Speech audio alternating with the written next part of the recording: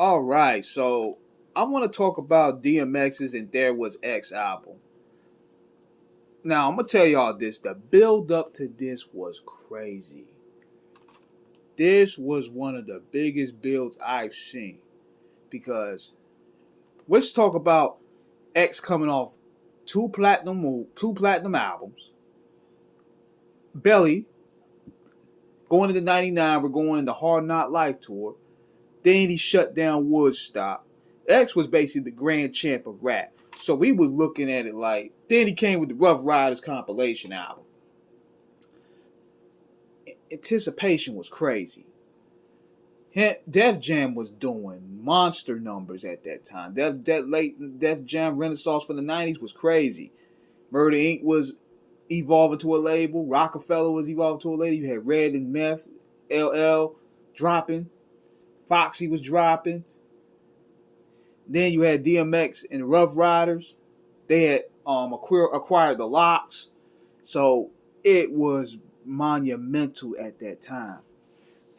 And I remember, man, that album dropping along with Jay-Z's Volume 3. And I'm going to be honest with you guys. I sort of like Volume 3 better than And There Was X. And I'm going to get to that a little bit. Because in comparison to the first two, it's a good album, but it's that production, man. Like, the production was kind of hit and miss to me when it came to Swiss Beats, because Swiss was handling the bulk of the production. I was looking at, where's Dame Grease in all this, man? There was a lot of producers that would have gave X a lot of heat, because at that time, he was peaking. This was DMX at his peak. This album still had hits. We talk about What's My Name? I mean, Irv Gotti did his thing on there. He captured X's aggression, the opening dark piano keys, which led up to the beat, which is one of the most hypest beats ever. And then he also put to bed possible beef with him and Jay-Z when he bigged up Jay-Z and brought Jay-Z into the video. Well, that was a pretty cool moment. But going on to the rest of the album, it's kind of like it had his moment. It has a lot of dope moments. Like it had y'all gonna make me lose my mind up in here. I didn't think in a million years that would be one of the biggest songs on the planet. That shit was played in college fraternities. That shit was played in high school HBCUs, frat parties, clubs, radio. But the crazy thing about DMX is aiming for radio, he keep it raw. You listen to the lyrics of Party Up, it's still raw. And people still debating, did he come after Corrupt or Eminem on there? Because he had issues with Corrupt around this time, or Foxy. But he also had back and forth with Eminem, allegedly, supposedly. But I hate that record now, man. that record has been butchered to the highest power.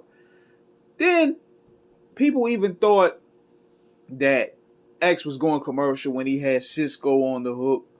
Then you had Nokia up there. But even that song was just straight ratchet. Man, name it every hood rat name you could think of. What these bitches want from a nigga. He named all the hood rat names. So he knew how to make hit records without compromising his sound, which was a skill that X had. But there was something missing with this album, man. I can't put my finger on it. Like, he should have had more diverse producers on here. I wasn't feeling some of the songs. Like, production wise, like, X is coming for you. I'm no for you. I wasn't feeling that, yo. I mean, X brought the energy. He carried this album. Then Make a Move. I like Here We Go Again. But some of them songs started sounding repetitive, like Don't You Ever. What's that other song that I wasn't really feeling either? Oh,